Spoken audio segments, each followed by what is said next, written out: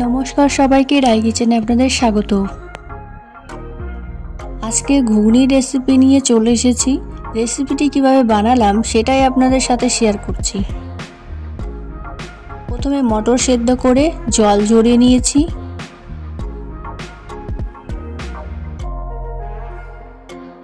এখানে নিয়েছি সেদ্ধ করা আলু, কাঁচা লঙ্কা, টমেটো, পেঁয়াজ কুচি, আদা, জিরে, রসুন বেটে নিয়েছি। এবার সেদ্ধ করা আলুটা পিস করে কেটে নেব। কড়াইয়ে তেল গরম করে জিরে, তেজপাতা, শুকনো লঙ্কা ফোড়ন দেব।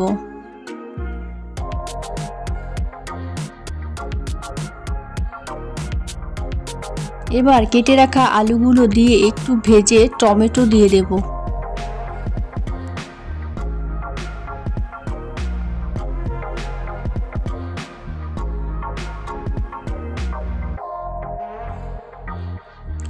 আলুটা একটু ভাজা হয়ে গেলে কাঁচা লঙ্কা, পেঁয়াজ কুচি দিয়ে ভালো করে ভেজে নেব।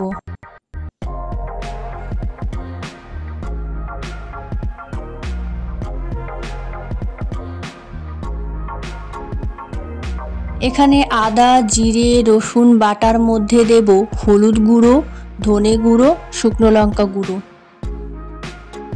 আলু ভাজা হয়ে গেছে, এবার মশলাগুলো দিয়ে ভালো করে কষিয়ে নেব।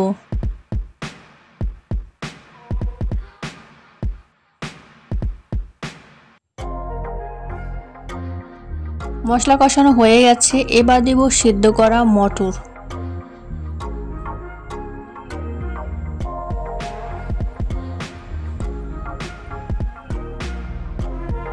ভালো করে মশলাগুলো মিশিয়ে কষিয়ে নেব।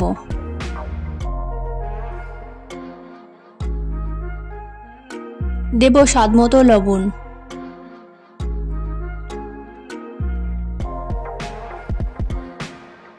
কষানো হয়ে গেছে, এখন দেব জল।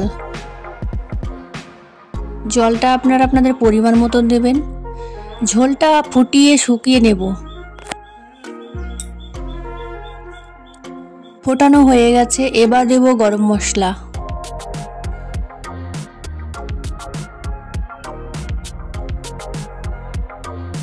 হয়ে গেছে, এখন নামিয়ে নেব।